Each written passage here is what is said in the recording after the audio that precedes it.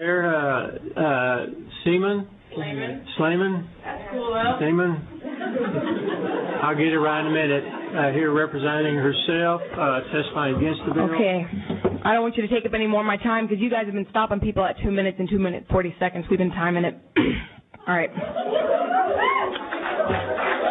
Thank you, Chair and Committee, for allowing me to testify. My name is Sarah Slamen. I'm a constituent of the wonderful, patient, enlightened Representative Jessica Farrar. I'm speaking against this bill today because women and girls in the state of Texas have a federally protected right to safe and legal abortions and family planning. These are rights which members of the Texas legislature are trying to erase in a cowardly and barbaric fashion once again. Some of you or your staff may recognize me. From January to April of this year, I visited your offices along with my colleagues for the passage of House Bill 1703. This bill would have abolished the death penalty in the state of Texas.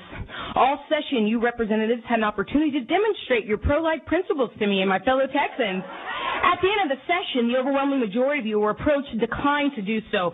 Your hypocrisy reeks. You choose to preside over a state that executes and imprisons innocent people.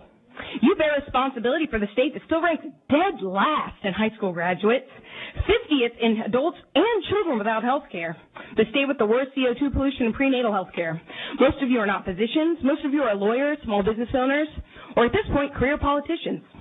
In the 82nd session, you amateur gynecologists mandated the rape of childbearing-aged women seeking abortions with Senator Dan Patrick's transvaginal ultrasound bill. Yes, in this political theater meant to avoid facing the failures of our state, you thoughtlessly mandated rape. Most women who seek abortion seek them early on, and by then the fetus is too small to detect without inserting a vaginal probe. This did not concern you or matter to you because you are not doctors, and most of you are not women. This did not concern you.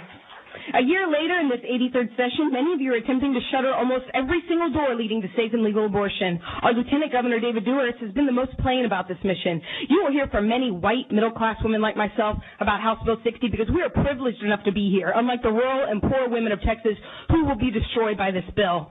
They are not so lucky to be noticed by you, our physicians of invention. They can't donate to your campaigns, and now they'll be forced to give birth as punishment. This is the barbarism I referenced before. You are not doctors, so I'll inform you that all pregnancies endanger the life of a mother. Developing fetuses attached to our vital blood vessels. They affect our entire bodies, our minds and souls, our already existing children and families. As legislators, you refuse to structure a budget that would serve Texas children in their schools. You refuse to accept the federal expansion of Medicaid. With regards to women, this state has become a laughingstock, a swaggering, stupid bully. I'm moving to New York, and I leave with my head held in shame. I'm moving to a state that won't rape me with a transvaginal probe and that doesn't kill its own inmates. Shame on you, Byron Cook.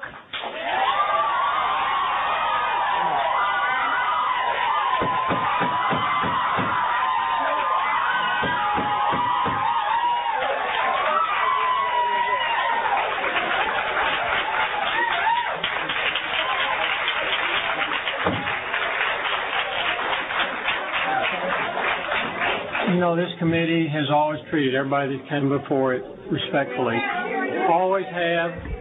We've always treated people respectfully, and the dialogue from this dais has been respectful all night long. But if there's any more outbursts like we just had, which was totally disrespectful, then that will conclude all testimony. Okay.